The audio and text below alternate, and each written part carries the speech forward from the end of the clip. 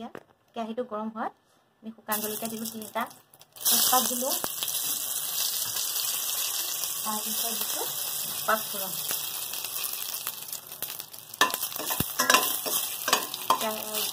গেছটো মিডিয়াম ফ্লেমত দি ল'ব। পাঁচফোৰণটো ভালকৈ ফুটি লোৱাৰ পিছত আমি এতিয়া পিঁয়াজ দিম। মিহিকৈ কাটি থোৱা পিঁয়াজখিনি আমি দিম। তেতিয়া আমি আদা নহৰু পেষ্টটো দি দিব।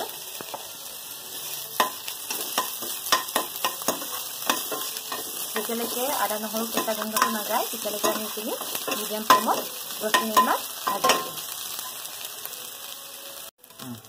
এতিয়া পিঁয়াজখিনি অকণমান ৰঙচুৱা হ'লত আমি এতিয়া নিমখ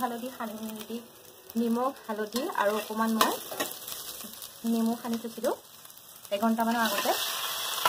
তাৰপিছত মাংসখিনি আমি দি দিম।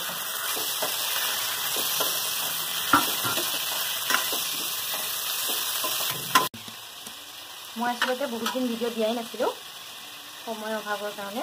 বাৰু যি নহওক আজি কাতি বিহু বুলি ভাবিলোঁ ভিডিঅ' এটা দিওঁ, মানে হাঁহৰ মাংস বনালোঁ, ভাবিলোঁ দি দিওঁ। আপোনালোকে মোৰ ভিডিঅ'বিলাক চাই ভাল পালে, যদি ভাল পায় তেতিয়াহ'লে লাইক কমেণ্ট কৰিব আৰু ছাবস্ক্ৰাইব কৰিব। যিহেতু মই মাংসখিনি আগতীয়াকৈ মেৰিনেট কৰি থৈছিলোঁ হালধি, নিমখ আৰু নেমু দি, সেইকাৰণে নিমখ আপোনালোকে মন কৰিব আগতীয়াকৈ সানি থকাৰ কাৰণে জোখমতে দিব। সেইটো অনুপাত চাই পেলাই দিব আৰু বেছি দি দিলে আৰু বেছি হৈ যাব নহয়। কমকৈ দিছোঁ, নিমখ দিলোঁ,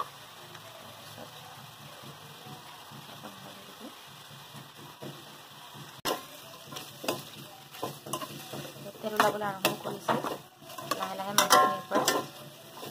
এতিয়া মই ইয়াত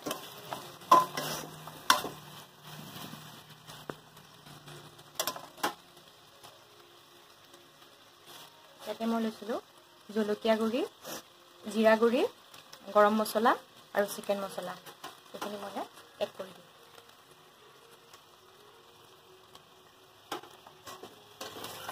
মছলাখিনি ভালদৰে মিক্স হোৱাকৈ মই লৰাই দিছোঁগৈ ভালকৈ, যাতে মছলাখিনি মিক্স হৈ যায়। অকণমান পানী মই মছলা লোৱা পাতিছে মিক্স কৰি অকণমান দিব দেই, বেছি দি দিব। এতিয়া ভাজি যিহেতু হোৱা নাই।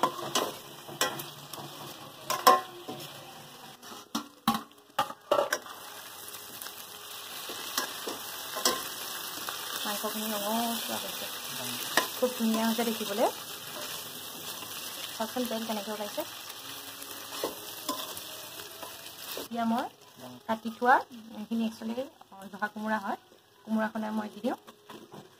কোমোৰাখিনি দিছোঁ, আলু নিদিলেও হয়, আপোনালোকে আলু দিলে তৰকাৰীখন অকণ গ্ৰেভি হয়, সেইকাৰণে মই আলু দিছোঁ এটা সৰু চাই। দিবও পাৰে নিদিবও পাৰে আলু। কাটি থোৱা কোমোৰাখিনি আৰু আলুখিনি মই দিছোঁ, দি পেলাই ভালদৰে লৰাই আকৌ ঢাকোন মাৰি দিম।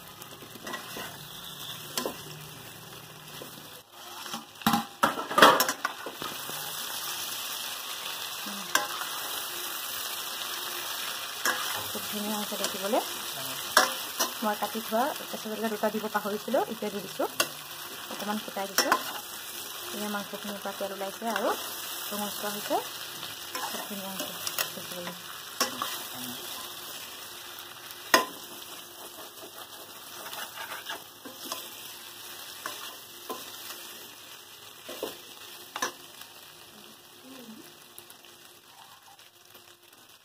ধৰা হৈ গৈছে, সেইকাৰণে মই অকণমান এহেটামান পানী মই চাইডলৈ দি দিছোঁ, যাতে ধৰি নাযায়। ধৰি গ'লে খাই বহুত বেয়া লাগিব। কোমোৰাখিনি আৰু আলুখিনি সিজালৈকে মই ভাজি থাকিম এনেদৰে।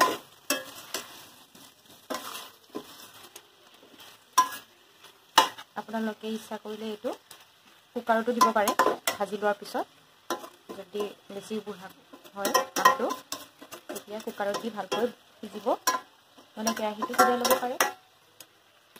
মই কুকাৰত নিদিওঁ, মই এনেকৈয়ে বনাওঁ।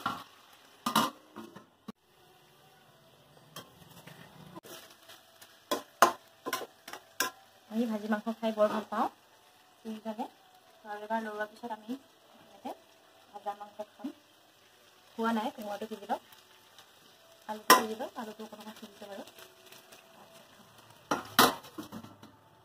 আজি মোৰ হাতখন দুবাৰ পৰিলে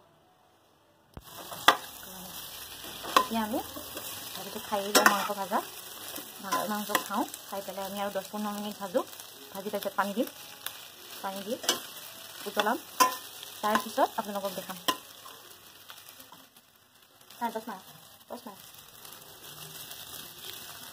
একেটা একেলগে লৈ লোৱা ল'ম ৰ'বা কিবা এটা বাচিছোঁ কচ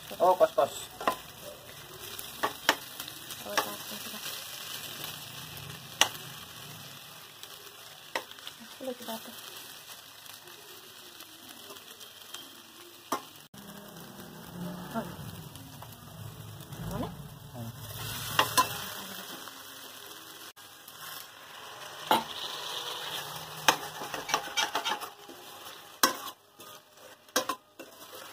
হ'বনে মইতে বেছি ভাজিলোঁ ভাজা মাংস খালোঁ বহুত টেষ্টি হৈছে ভাজা মাংস খাই ভাল লাগিছে এতিয়া মই পানী দিম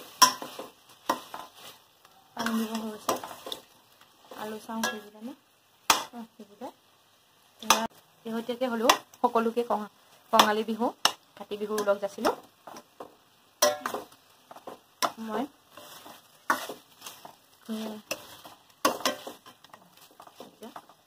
গেছটো হাই ফ্লেমত দিছোঁ হাই ফ্লেমত দি উতলাই থোৱা গৰম পানী এগিলাচ মই দি দিছোঁ গৰম পানী দিলে ভাল লাগে পৰিমাণ অনুযায়ী দিব পানীটো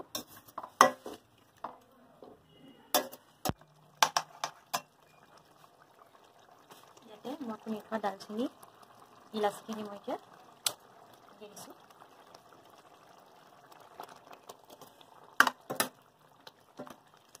আলু মই অলৰেডি ভাঙি দিছোঁহে আৰু ভাঙি নিদিওঁ এতিয়া দালচেনিখিনি দিয়াৰ পিছত এটা ঢাকন দিয়াৰ পিছত মইখিনি বন্ধ কৰি দিম পূৰা 45 মিনিট বনাইছোঁ